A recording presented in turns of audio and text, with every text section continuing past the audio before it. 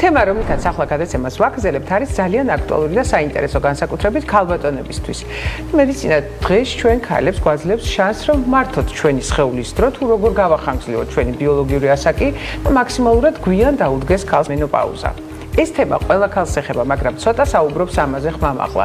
ეს არის ქალის ბიოლოგიური ასაკი, კლიმაქტერული პერიოდი და ასაკთან დაკავშირებული ცვლილებები და ამ ყველაფერთან ძალიან ჰარმონიულად ცხოვრებაა შესაძლებელი. მოკლედ, ქალის ბიოლოგიური ასაკის მართვა ამ თემაზე სასაუბრო დღეს ჩვენ სტუდიაში მოვიწვიეთ ქვეყნის ცნობილი ექიმები და მოდი ასე ვთქვათ, ცნობილი ქალბატონები. საქართველოს ონკოფერტილობის ასოციაციის პრეზიდენტი პროფესორი ნინო მუსელიძე და მედიცინის დოქტორი პროფესორი ნატაშა მუგია. გამარჯობა, მოგესალმებით. სასიამოვნოა ჩვენთვის ყოველთვის თქვენი სტუმრობა და რა სიმპტომებით მოდიან ქალბატონები, ვისაც ჰორმონალური ცვლის პრობლემა აქვს და ხომ არ არსებობს რაიმე დამახასიათებელი, ასე ვთქვათ, სიმპტომო კომპლექსი ასეთი ქალებისთვის. ნუ რეალურად როცა ასაკზე ვსაუბრობთ, ჩვენ ძირითადად რეპროდუქციული კლინიკა ვართ, მაგრამ მიუხედავად ამისა, გვაქვს სპეციალური პროგრამა იმ ქალბატონებისთვის, რომლებმაც შეაბიჯეს შემოდგომაში, ასე ვთქვათ და ასაკი პრაქტიკულად ჩვენ ვამბობთ, რომ არ არის არანაირი ზღვარი ამ შემთხვევაში და მიუხედავად იმისა, რომ ადრე ქალბატონები პრაქტიკულად სულ 5-10 წელს ატარებდნენ მენოპაუზის პერიოდში, ჩვენ პრაქტიკულად უკვე გადავაბიჯეთ ამ ზღვარს და პრაქტიკულად ცხოვრების რაღაცა ეტაპი 20-30 წლის განმავლობაში ეს ეტაპი დგას და აბსოლუტურად ისევ ცხოვრობენ ეს ქალბატონები, როგორც ცხოვრობდნენ მანამდე და შემდგომ უკვე მოგმართავენ და დღეს უკვე ვსაუბრობთ იმაზე, რომ ამ ქალბატონებთან უკვე ორსულობასაც ვღებულობთ, ხო? ალბათ ეს არის იმის ბრალი, რომ ჩვენ მივხვდით რა გვჭირდება ამ ცხოვრებაში, მივხვდით, რომ ჰორმონი როგორც ასეთი არ არის კატასტროფა. ზუსტად ეს ჰორმონი არ დანიშნა ძალიან ხშირად იწვევს პრობლემას, იმიტომ რომ ძალიან ბევრი ქალბატონი, რომელიც თანხლები დაავადებით მიდის ნევროლოგთან, კარდიოლოგთან, აბსოლუტურად თერაპევტთან, გასტროენტეროლოგთან და ასე შემდეგ, რეალურად შესაძლებელია სულ არ საჭიროებდეს ამ ყველაფერს და საჭიროებდეს უბრალოდ ესტროგენს, რომელიც ჩვენს ორგანიზმში რეალურად აღარ არის. და ძალიან ხშირად ვფიქრობ, რომ ასაკთან შეუსაბამობაც არის ხოლმე და ბევრი გვხვდება პოსტკასტრაციული სინდრომი, როცა ახალგაზრდა ასაკში დაუკარგეთ საშვილოს მისაკვეთწყლები, ასევე ახალგაზრდა ასაკში ნაადრევი განლევის სინდრომი და მინდა გითხრათ, რომ ის ყველაფერი, რაც ასაკობრივად შეიძლება ნორმა იყოს, ამ ასაკში კიდევ უფრო რთული გადასატანი.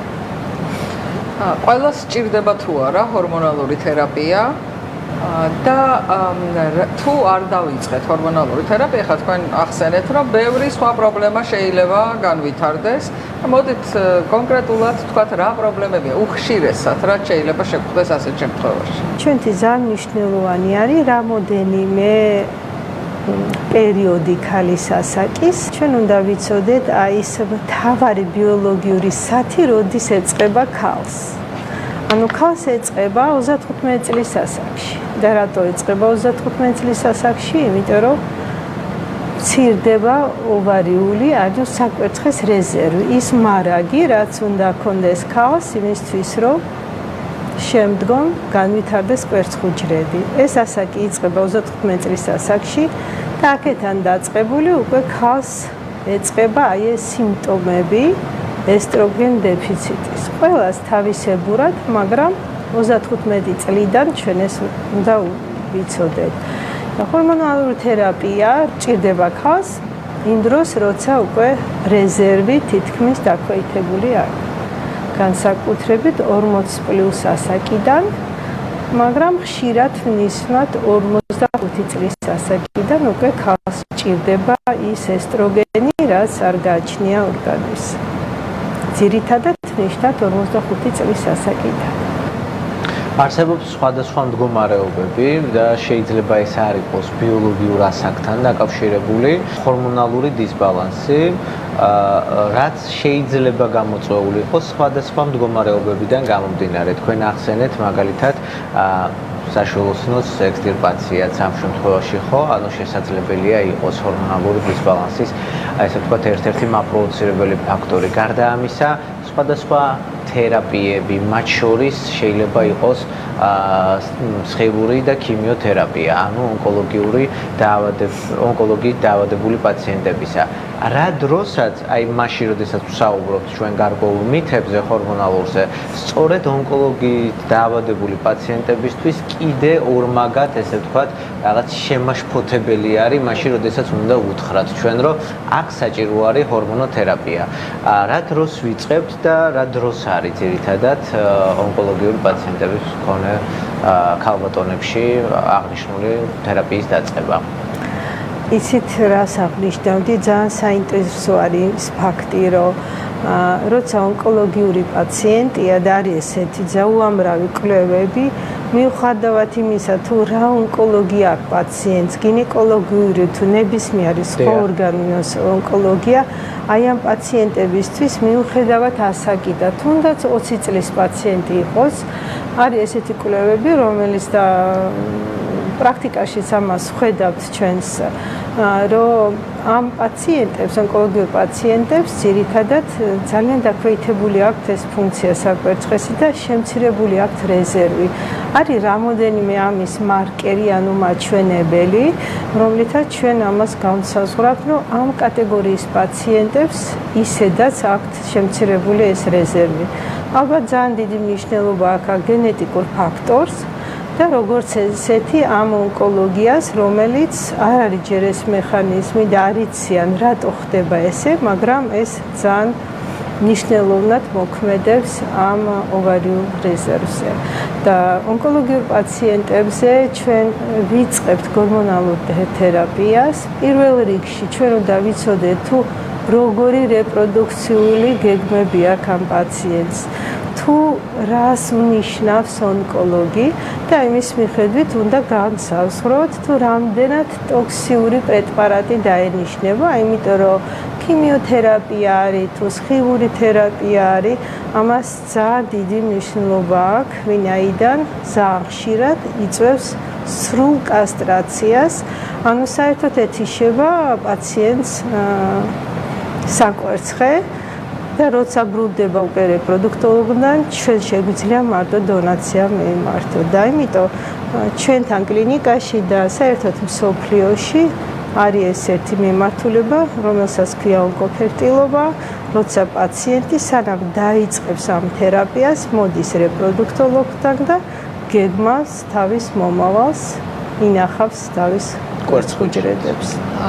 ნინო, თქვენ ახსენეთ ახლა, რომ ხშირად პაციენტები ძალიან ერიდებიან, როდესაც იგებენ, რომ ჰორმონოთერაპია არის ჩასატარებელი, თუმცა ზოგჯერ არა მარტო პაციენტები, არამედ ექიმებიც ერიდებიან დანიშნას და რასთან არის ეს დაკავშირებული? არის თუ არა რაღაცა თქვათ გვერდითი მოვლენები, ან თქვათ რა პრობლემა არის ეს, რომ ხშირად თქვათ ექიმებიც ერიდებიან ჰორმონის გამოყენებას?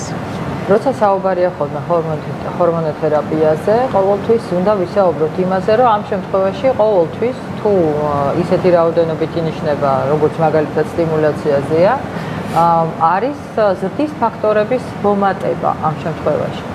და ყოველთვის როცა საუბრობენ იმაზე, რომ ჰორმონოთერაპია იწვევს რომელიმე ონკოლოგიურ პათოლოგიას, რომელიმე კვანძის განვითარებას და ასე შემდეგ, მინდა ანუ აბსოლუტურად სრული პასუხისგებლობით ვთქვათ, რომ ეს არაფერს არ იწვევს. უბრალოდ თუ ჩვენ გვაქვს ორგანიზმში რომელიმე ტიპის კვანძოვანი წარმონაქმნი, ან რაიმე ტიპის დაუშვათ, თუნდაც სიმსივნური წარმონაქმნი, რომელიც ჯერ არ გაიზარდა და ჩვენ თუ სტიმულაციებს დავნიშნავთ ხშირად, ის არ გაიზრდება 10 წლის განმავლობაში და გაიზრდება 2 წელიწადში. რეალურად მინდა გითხრათ, რომ ძალიან ბევრს უბრალოდ ჰორმონის ზოგადად დანიშნა ეშინიათ და თუმცა აი ძალიან ხშირად არის, რომ ახალგაზრდა ასაკში არის ხოლმე ანუ ესეთი მძიმე ტიპის ენდომეტრიოზი, რომელსაც პრაქტიკულად აი ამ ჰორმონალური თერაპიის გარეშე ხო, პრაქტიკულად ვერ უმკურნალებ და ძალიან კარგია თუ ნაადრევ, ანუ ადრეულ ასაკში ამის მკურნალობას დავნიშნავ, იქ ხდება 6 თვის განმავლობაში პრაქტიკულად კლიმაქტერულ პერიოდში ქალის გადაყვანა და შემდეგ ეს ქალი შეიძლება პრაქტიკულად ჯანმრთელი გახდეს. თუმცა საქართველოში ალბათ 80% ამ პაციენტებისა, რომელსაც მართლა შეიძლებოდა რომ მკურნალობა ჩატარებოდა თავის დროზე. დღეს 35-36 წლის ასაკში მძიმე ენდომეტრიოზით მოდიან ექიმთან, ან მოდიან უკვე რომ პრაქტიკულად ამენორია აქვთ, იმიტომ რომ ერთი ცისტა მოიკვეთა, მეორე ცისტა მოიკვეთა, საკურთხე პრაქტიკულად აღარ ფუნქციონირებს და არის პრობლემა. როცა ამ მოკვეთას არ აქვს შედეგი, პრაქტიკულად თქვენ მკურნალობთ რას? შედეგს და არა მიზეზს. პრაქტიკულად ითვლება, რომ ეს ნორმაა, ის რაც გვაწუხებს, არ არის ეს პრობლემა ქალისთვის, თუმცა იმდენად ბევრი პრობლემაა და იმდენად ბევრი პრობლემის მოშორება შეგვიძლია ამით და დისკომფორტის, რომ პრაქტიკულად შენ აბსოლუტურად ინარჩუნებ ყველანაირ მდგომარეობას, რაც შენთვის კომფორტს ქმნის, თუმცა ეს დანიშნულება იმდენად მიუღებელია მათთვის, რომ ურჩევნიათ დისკომფორტი, ურჩევნიათ პათოლოგია, ურჩევნიათ შფოთვა, ძილის აშლილობა, ყველაფერი, ოღონდ არა ჰორმონალური თერაპია. რატო ეშინია პაციენტს თუ ექიმს ამ ჰორმონის დანიშვნის? სიტყვა ჰორმონი ყველას აშინებს. ყველა ჰორმონს აქვს რაღაც თავისი უკუჩვენობა დანიშვნისთვის და თუ ჩვენ ექიმები პერსონალურად მიუდგებით ყველა პაციენტს, თუ ჩვენ გვეცოდინება ის რეგულაციები, ის გაიდლაინები და ის ჩეკაპი თუ კვლევები ჰორმონის დანიშვნამდე, მაშინ არც პაციენტს უნდა ქონდეს ამის შიში, არც ექიმს. ჩვენ შეგვიძლია ორგანიზმს მივცეთ სწორად მართოთ და ოდნავ მაინც გავაუჯობესოთ ეს ქალის სილამაზე და მნიშვნელოვანი ის არის, რომ ესტროგენ დეფიციტი მეტ სიმსუქნეს იწვევს ვიდრე ესტროგენები, რომ ეს და აქ ალბათ მნიშვნელოვანია ისიც, აი ფობიები, როცა პაციენტი მოდის ჩვენთან რეპროდუქტოლოგთან და ეშინიათ სტიმულაციის, ანუ ჩვენი პრეპარატის, აი ეს ფობია არსებობს პაციენტებში, რომ ინვიტროს თუ იკეთებს და თუ იკეთებს ჰორმონალურ სტიმულაციას, რომ აუცილებლად რაღაც დაავადება ექნება. არსებობს უამრავი კვლევები, რომლებმაც გვიჩვენა, რომ ეს არ იწვევს არანაირ ონკოლოგიას. მივედით ბიოლოგიურ ასაკამდე. ანუ რეალურად ჩვენ ვამბობთ, რომ ბიოლოგიური ასაკის გაჩერება არის რეალურად დღევანდელ მედიცინაში შესაძლებელი. აი როგორ ხდება ეს? როგორ ხდება მკურნალობა და პროფილაქტიკა? აი ამ და შედეგად დგება ბიოლოგიური ასაკის გაჩერება და ქალი არის გაზაფხულში მუდმივად. 13 წლიდან 35 წლამდე გაზაფხულის ფერებში ალბათ ქალი. ამ ასაკში ფაქტიურად თუ ნორმალურად ფუნქციონირებს საკვერცხე, არაფერი არ ჭირდება. ქალს საკმარისია თავის ენდოგენური ესტროგენები. 35 წლის ასაკიდან, როგორც მოვახსენეთ, ორმაგად ყოველ თვეს აქვს მნიშვნელობა ქალისთვის. პაციენტმა უნდა იცოდეს, რომ 30-დან 35 წლამდე რამე ფრად ამის რეალიზაცია უნდა გააკეთოს, იმიტომ რომ 35 წლის შემდეგ არა მარტო ესტროგენი, არამედ ძალიან მნიშვნელოვანი ფაქტორი ემატება ამას, ქრომოსომული ფაქტორი და ხდება ცვლილებები ამ ქრომოსომაში. ასაკთან დაკავშირებით ხდება ოქსიდაციური სტრესი, რის შედეგადაც იცვლება დნმ. და დნმ რო იცვლება, რაც არ უნდა ურსლობა დადგეს, მაინც ჩვენ მაგას ვერ შეუნარჩუნებ დიდი ალბათობით. და ამიტომ იწყება ქალის ასაკი 35 წლის ასაკში. და 35 წლამდე ქალმა უნდა გადაწყვიტოს, უნდა დაგეგმოს თავისი რეპროდუქციული და 40 წლის ასაკიდან უნდა იფიქროს იმისთვის, თუ როგორი პრევენცია გააკეთოს ამ ასაკის და ამისთვის არსებობს ჩანაცვლებითი ჰორმონალური თერაპია, იმის მიხედვით თუ რა ჩივილები აქვს ამ ქალს, აქ თუ არა ესტროგენ დეფიციტური ჩივილები, იმის მიხედვით მიმართოს უნდა ექიმს. რას ურჩევთ ქალბატონებს, რომლებიც გახდნენ უკვე 35 წლის, როგორ მოიქცნენ? პირველი დავიწყებ, რას ურჩევ ქალბატონებს, რომლებიც არიან 35 წლამდე, მე ვურჩევდი, რომ 25, 20, 21 წლის ასაკში გაიგონ რა რეზერვი აქვთ, იცოდნენ რა დრო აქვს იმისთვის, რომ გააჩინონ შვილი და თუ ეს დრო აქვთ მას მცირე რაოდენობით, მაშინ შეინახა კვერცხუჯრედი და განაგრძონ რაღაც ცხოვრება და როცა მოუნდება და 45 წლის მერე შეძლებენ ისინი გააჩენენ შვილს და იმ ქალბატონებს ალბათ ვინც არის უკვე 45 პლუსი, ალბათ ჯანსაღი ცხოვრების წესი არ შეეშინდეთ ჰორმონის, არ შეეშინდეთ სიმსუქნის, ვინაიდან მე ვფიქრობ, რომ ჰორმონალური პრეპარატების დანიშვნის შემთხვევაში ძალიან კარგი მადა გვაქვს.